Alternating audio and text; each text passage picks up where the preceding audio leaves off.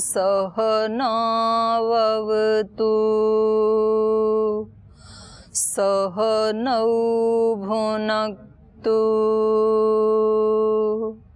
सह वीर्यं करवावहै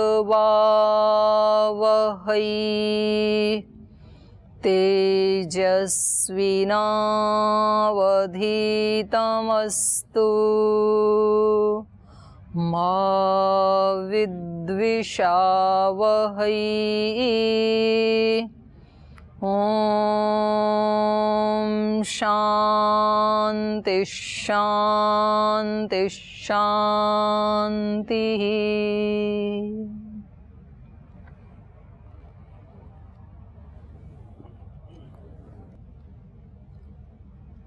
कल के पाठ से पूछना है कुछ? कल क्या प्रसंग चल रहा था, कौन बताएंगे? जो ऊंचे स्वर में गाया जाता है ओम, उद्गीत जिसे कहते हैं, उसका व्याख्यान कर रहे थे।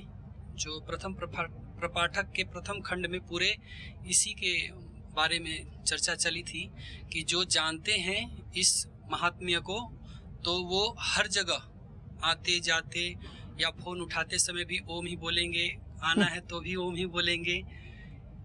तो इसी की महिमा का कल व्याख्यान हुआ था। अच्छा, तो मतलब आप फोन उठाते समय भी ओम बोलते हो, तो महात्मा को ध्यान में रख के बोलते हो कि वो बोल दिया कि अपने यहाँ ओम बोलना है इसलिए ओम बोलते हैं? महात्मा को तो ध्यान में रखते ही कि ओम परम पिता ध्यान में रख के बोलते हो। हाँ जी, नारायण जी। ओम दीदी, प्रथम मंत्र में तो पहले बताया कि जो हम उच्च स्वर से उद्गीत का उच्चारण करते हैं, फिर उन्होंने बताया उद्गीत का उच्चारण क्या? उद्गीत का मतलब ही ऊंचा उच्चारण है, ऊंचा उच्चारण करते हैं। उच्चै गीयते इति उद्गीत। फिर उन्होंने प्रकृति को आधार बना करके ऐसे बताया कि ये जो सारे भूत हैं, इनका जो रस है, इनका जो सार है, वो पृथ्वी है। और पृथ्वी का बीच में कहाँ आप भूतों पे पहुंच गए? क्या या तो शुरू से बताओ। इन्होंने बताया ना कि भूतों तो बीच का वाला पकड़ लिया आपने। तो दूसरे मंत्र में ना इन्होंने कहा कि जो भूत हैं, इन भूतों का रस पृथ्वी है, और पृथ्वी का रस पानी है, जल है, जलों का रस वनस्पतियां, पेड़ पौधे हैं, औषधियां हैं। और औषधि और वनस्पति में अंतर है। और जो औषधियां हैं उनका रस मनुष्य है, मनुष्य का रस वाणी है, और वाणी का जो रस है वो ऋचाएं हैं, और ऋचाओं का रस वो ओम है। ऋचा, ऋक का मतलब क्या है? वहाँ पे क्या बताया था? वाणी का रस ऋक है ऐसे बताया, तो ऋक मतलब क्या? ऋक मतलब साम यजु, और ऋक साम यजु। ऋक का मतलब ऋक यजु साम थोड़ी बताया था मैंने। ऋक का मतलब क्या बताया था? ज्ञान। वाणी तो आ गया पहले, पुरुष का रस है वाणी तो, और वाणी का रस है ऋक। ऋक मतलब क्या? ज्ञान।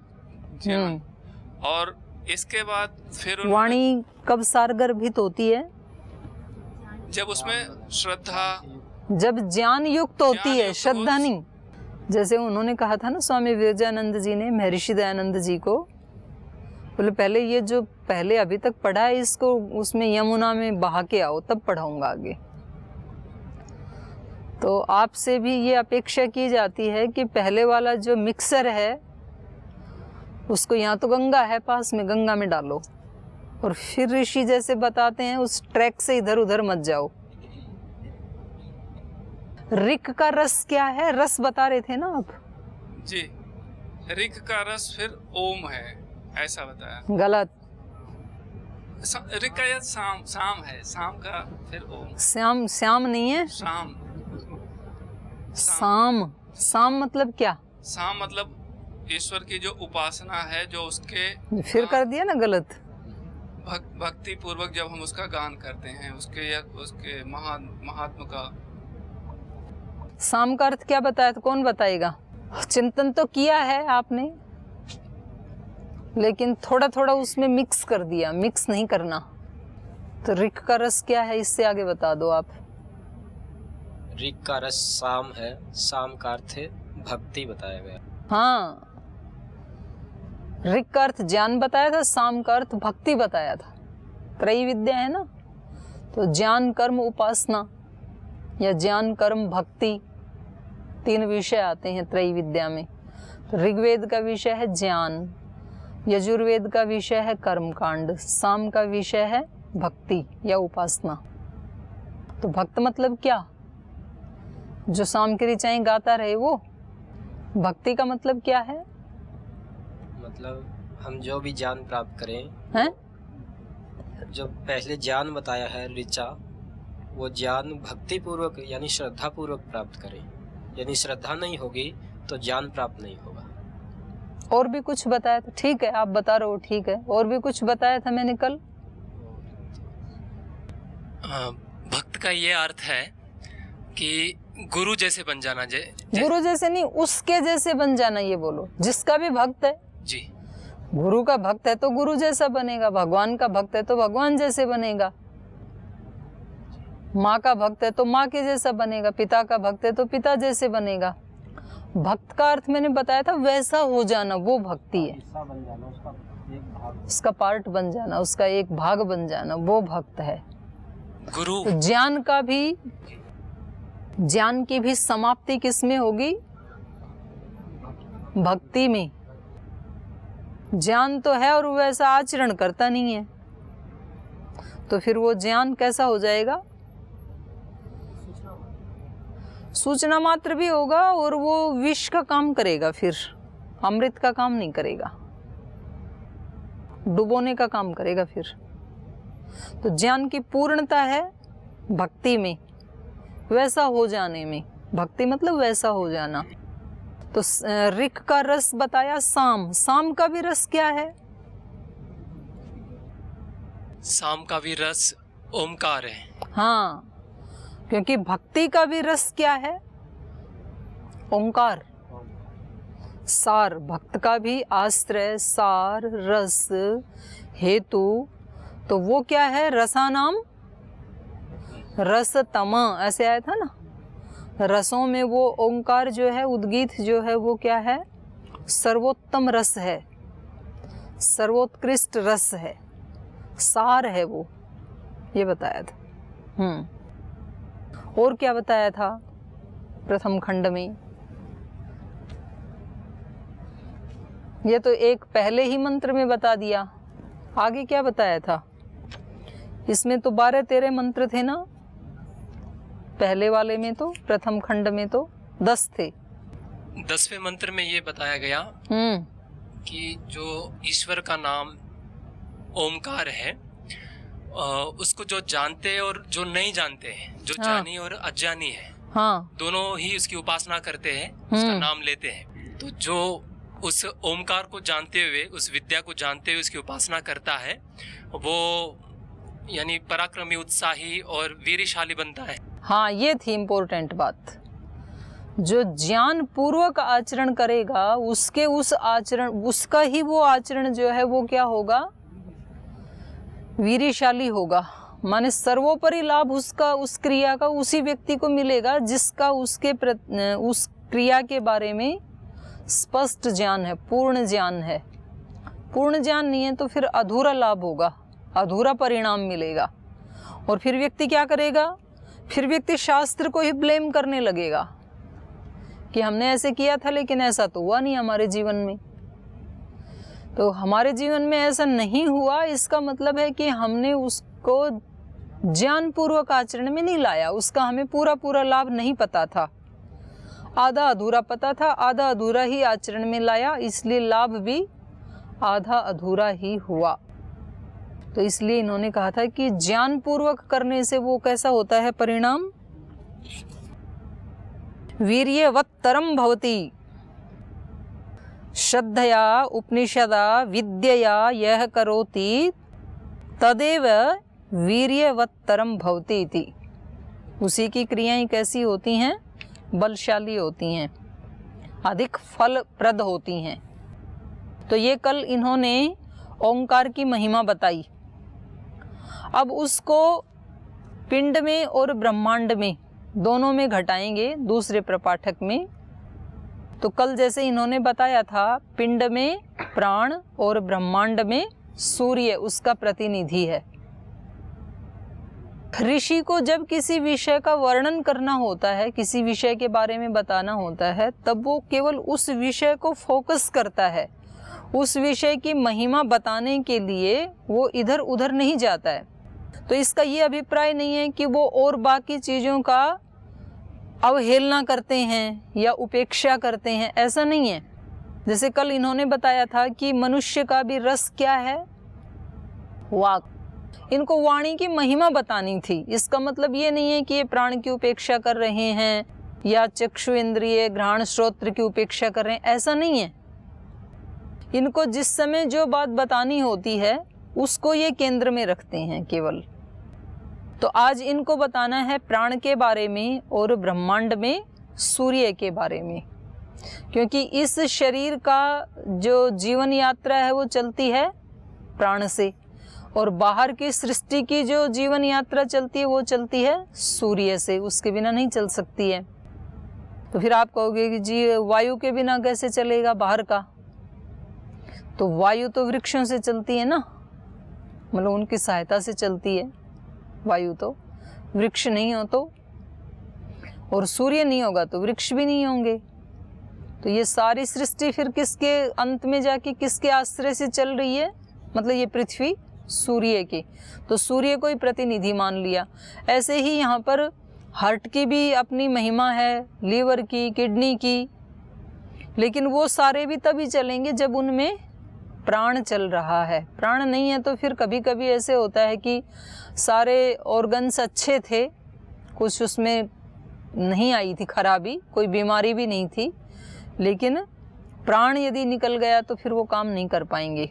तो प्राण को सबसे महत्वपूर्ण आना है यहाँ पे। तो अब ये बता रहे हैं, आज बोल भी लीजिए, कल आपने बोला नहीं था। देवासुरा हवई यत्र संयेतिर उभये प्राजापत्याः तद्ध देवा उदगीथम आजफ्रु अनेन एतान अभिभविष्याम इति। देवा असुरा है वही यत्र संयेतिर, कह रहे हैं देव और असुर इनका युद्ध हुआ। संयेतिर माने युद्ध हुआ। उभये प्राजापत्याः, और ये दोनों ही क्या हैं? प्रजापति की संतानें हैं, दोनों ही प्रजापति के पुत्र हैं, देव भी और असुर भी। तद्ध, तो जब युद्ध हुआ तो तद्ध देवा उद्गीथम आजफ्रुः, तो उस युद्ध में देवताओं ने किसका सहारा लिया? उद्गीथ का।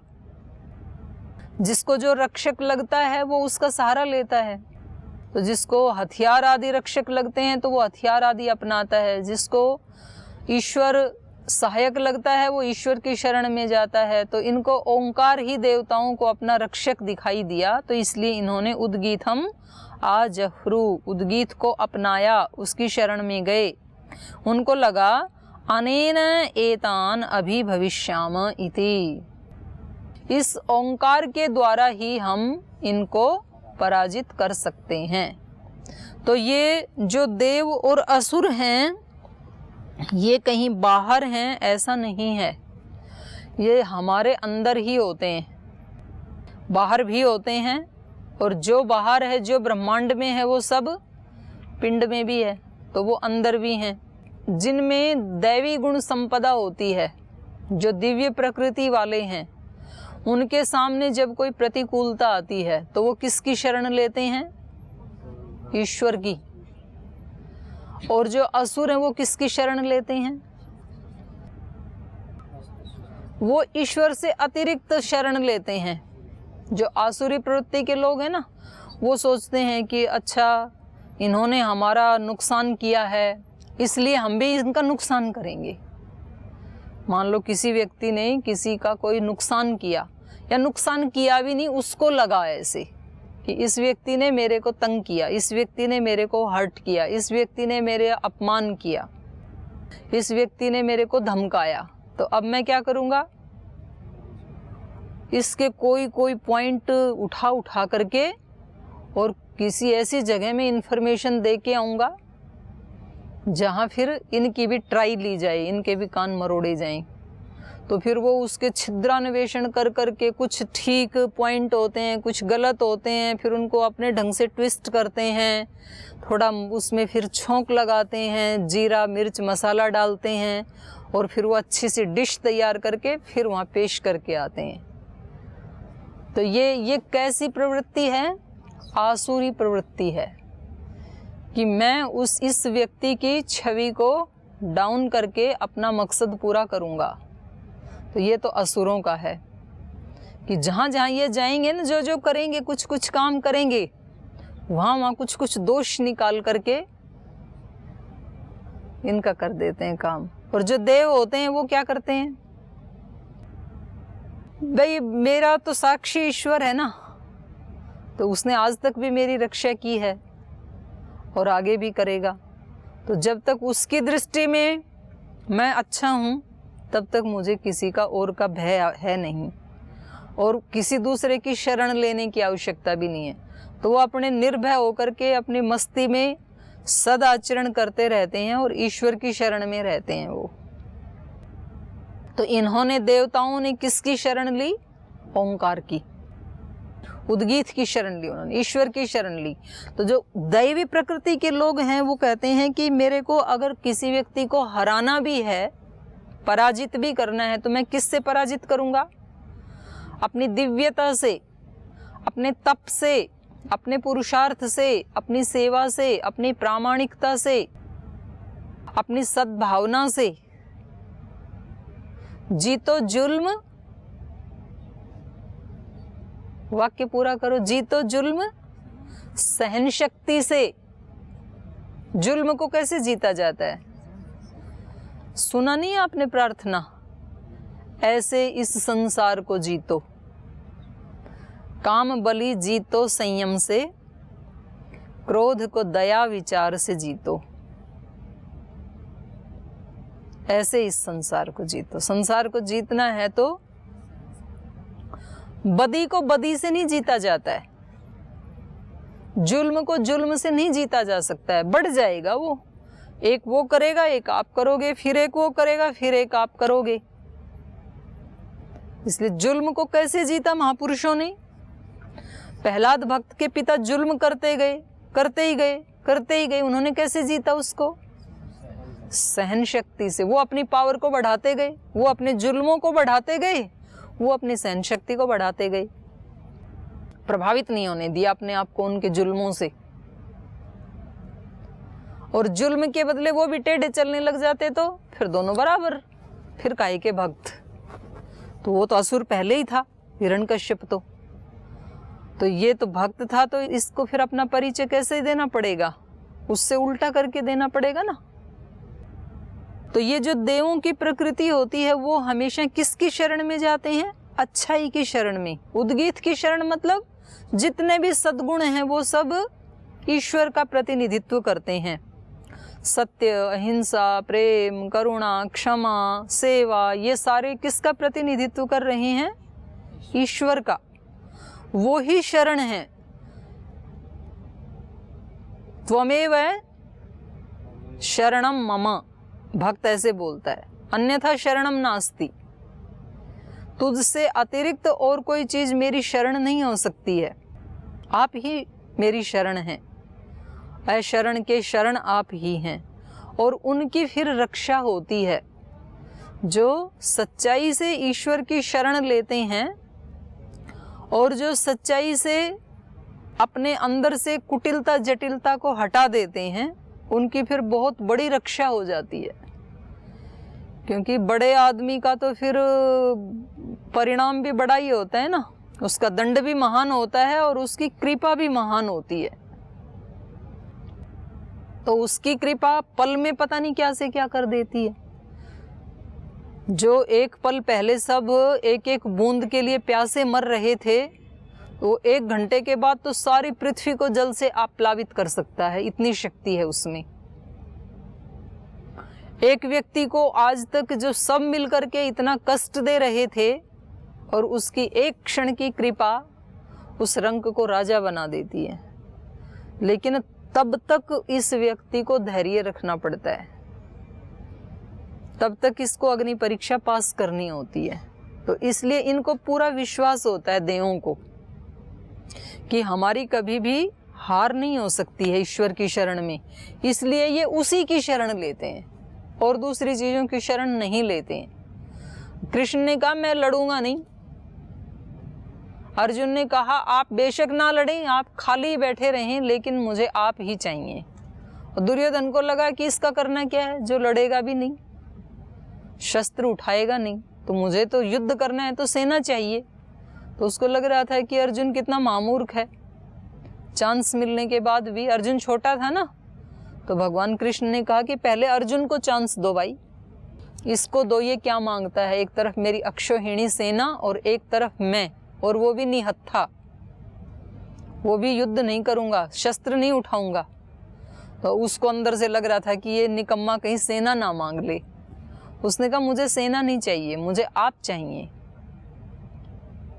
तो वो बड़ा अंदर से प्रसन्न हुआ कि कितना बेवकूफ, एक चांस मिला था वो भी खो दिया। इसका करेगा क्या ये युद्ध में, शस्त्र उठाएगा नहीं, युद्ध करेगा नहीं, तो ठीक है हारे पड़े हैं। ऐसा ही होता है, विनाश काले विपरीत बुद्धि। दुर्योधन अर्जुन को कह रहा है कि इसकी बुद्धि विपरीत हो गई है। ऐसे असुर प्रकृति के लोगों को भी लगता है, लेकिन जो दैवी प्रकृति के लोग होते हैं वो केवल तात्कालिक लाभ नहीं देखते हैं। आसुरी प्रवृत्ति के लोग हैं वो तात्कालिक लाभ देखते हैं। इस समय मुझे किसके साथ मित्रता करने से लाभ होगा, तो उसके साथ मित्रता कर लेते हैं, और दूसरे की फिर वो निंदा, चुगली, क्रिटिसाइज और उसके बारे में कुछ का कुछ बोलते रहते हैं। फिर वो थोड़े दिन में उसको भी डुबोते हैं, खुद भी डूब जाते हैं, क्योंकि असत्य कभी भी विजय को प्राप्त नहीं हो सकता है। गलत तरीके से चलने वाला व्यक्ति कभी सक्सेस नहीं हो सकता है जीवन में। तो थोड़े दिन के बाद फिर दोनों डूबे, गुरु और चेला। उस सत्य पे चलने वाले को सताया जा सकता है, हराया नहीं जा सकता है। तो बड़ी गहरी बात कही है इसमें इन्होंने। देवा असुरा है वह यत्र संयेतिर उभय प्रजापत्य है, दोनों ही प्रजापति की संतान है, दोनों हम आत्माओं की ही शक्ति हैं। अच्छाई भी हमारी ही शक्ति है, बुराई भी हमारी ही शक्ति है। देखना यह है कि हमें प्रयोग कौन से का करना है, कौन से को बढ़ाना है, कौन से को घटाना है। तो दोनों हमारी ही शक्तियां हैं। तद देवा उद्गीतम आजफ्रू, तो इन देवाओं ने उसमें से उद्गीत को अपना लिया। ये तो समझाने के लिए होते हैं ना दृष्टांत तो, और युद्ध तो निरंतर चल रहा है हमारे अंदर, देव असुर संग्राम तो निरंतर चलता है। तो एक बार मन करता है कि इनको बता देना चाहिए, ये कुछ ज़्यादा ही शाणे बन रहे हैं अपने आप में, तो हमें भी पता है ये क्या क्या कर रहे हैं। फिर कहता है कि नहीं, इससे फ़ायदा क्या होगा। अगला व्यक्ति और उसमें एक कदम आगे बढ़ेगा, फिर मुझे 2 कदम बढ़ाने पड़ेंगे, फ़ायदा क्या है। वो अपनी राह चलता रहे जहाँ उसको पहुँचना है, लेकिन मुझे वहाँ कदम नहीं बढ़ाना है। तो ऐसा सोच के ये देव हैं, ये उद्गीतम आजफ्रू अनेन एतान अभिभविष्यामा, उनको लगा कि हम अपनी दिव्यता से इन असुरों को अभिभव कर सकते हैं, इनको पराजित कर सकते हैं। तो देवों ने क्या किया, बोलिए मंत्र बोलिए। ते है नासिक्यम प्राणम उद्गीतम उपासां चक्रिरे तम असुराः पापमना विविधुः तस्मात् तेन उभयं जिघ्रति सुरभि च दुर्गंधि च पापमना ही एष विद्धः। तो इन देवों ने क्या किया, ते है नासिक्यम प्राणम उद्गीतम उपासां चक्रिरे, जो नासिका में स्थित जो प्राण है उसको ही उन्होंने उद्गीत का प्रतिनिधि मान लिया कि हम तो इसकी ही ब्रह्म मान करके उपासना करेंगे, जो नासिका में स्थित प्राण है। तो ते है नासिक्यम प्राणम उद्गीतम उपासां चक्रिरे, उन्होंने नासिका में स्थित जो प्राण है उसको उद्गीत समझ करके उसकी उपासना शुरू कर दी। तम है असुराहा पाप मना विविधुः, और वो नासिका में स्थित जो प्राण था उस प्राण को इन देवों ने क्या किया, पाप से आसक्त कर दिया, उसमें थोड़ा सा पाप मिला दिया। जैसे वो भरा होता है ना, स्वामी जी कई बार उदाहरण देते हैं, एक बड़ा सा कढ़ा उसका दूध का, और कोई कोई व्यक्ति ऐसे होते हैं कि वो छाछ में ऐसे उंगलियां डुबो के और धीरे से उसके पास से जाएंगे और ऐसे कर देंगे, बस छींटा मार देंगे छाछ का, तो सारा दूध का क्या बन जाएगा, दही बन जाएगा, फट जाएगा सारा। तो इन देवों ने क्या किया, नासिका वाले प्राण में थोड़ा सा पाप डाल दिया। वो उसकी पूजा कर रहे थे ब्रह्म समझ करके, तो देवों ने उसको पाप से युक्त कर दिया। तम है असुरा पाप मना विविधुः, उस नासिका में स्थित प्राण को असुरों ने पाप से विविधु बींध दिया। बींध दिया मतलब उसमें थोड़ा पाप मिक्स कर दिया। तस्मात् तेन उभयम जिघ्रति, इसलिए ये जो नासिका में प्राण है ये कैसा हो गया, दोनों प्रकार का हो गया, पापात्मक भी हो गया, पुण्यात्मक भी हो गया। तो इसलिए उभयम जिघ्रति, दोनों को सूंघता है वो। सुरभि च दुर्गंधिम च, अच्छी गंध को भी सूंघता है, दुर्गंध को भी सूंघता है, दोनों को सूंघता है। क्योंकि पाप मना ही ऐश विद्ध है, क्योंकि ये पाप से बिंधा हुआ है ये प्राण, क्योंकि उसमें पाप मिला हुआ है, अच्छाई बुराई दोनों उसमें मिक्स हो गई, तो इसलिए अच्छा भी सूंघ लेता है, बुरा भी सूंघ लेता है, दोनों सूंघ लेता है ये। तो फिर देवों ने उसको छोड़ा, वहां से भागे देव। तो फिर कहाँ गए, अथः वाचम उद्गीतम उपासां चक्रिरे ताम्ह असुरा पाप मना विविधुः तस्मात् तयो उभयं वदति सत्यं च अनृतं च पाप मना ही एषा विद्धा। अतः इसके बाद वाचम उद्गीतम, वाणी को ही उद्गीत समझ करके देवों ने उपासन चक्रिरे, उसकी उपासना की कि हम वाणी के उपासक हैं। ताम है असुरा पाप मना विविधु, उस वाणी को भी असुरों ने पाप युक्त कर दिया, उसमें भी पाप को मिला दिया। तस्मात् तया उभयम वदति, इसलिए ये वाणी दोनों बोलती है। सत्यम च अनृतम च, सत्य भी बोलती है, झूठ भी बोलती है। क्यों बोलती है, पाप मना ही ऐशा विद्धा, क्योंकि वो पाप से बिंधी हुई है, पाप से मिली हुई, पाप युक्त है, उसको असुरों ने पाप युक्त कर दिया। तो मतलब जहां जहां ये दोनों मिक्सअप होंगे, देवत्व असुरत्व, ये अपना समझाने का ढंग है। जैसे वहां पर स्थिति योग दर्शन में इसको क्या समझाया, विक्षिप्त अवस्था। ये व्यक्ति अच्छा भी सोच लेता है, फिर उसको ब्रेक करके बुरा भी सोच लेता है, फिर बुरे को भी हटा के अच्छा भी सोच लेता है। तो ये सब मिली जुली प्रकृति हो गई।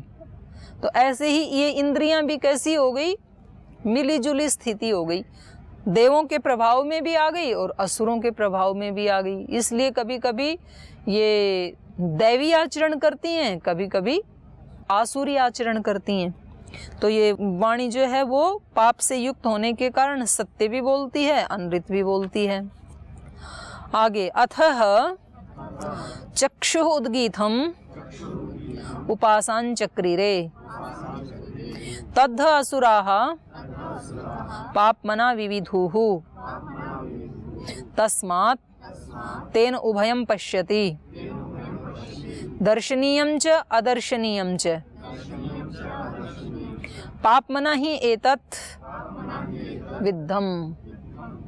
फिर देवों ने चक्षु को उद्गीत मान करके चक्षु की उपासना की। तो तद असुरा पापमना विविधुः, उस चक्षु को भी इन असुरों ने पाप से युक्त कर दिया, उसमें भी पाप मिला दिया। तस्मात् तेन उभयं पश्यति, इसलिए चक्षु से ये दोनों देखता है।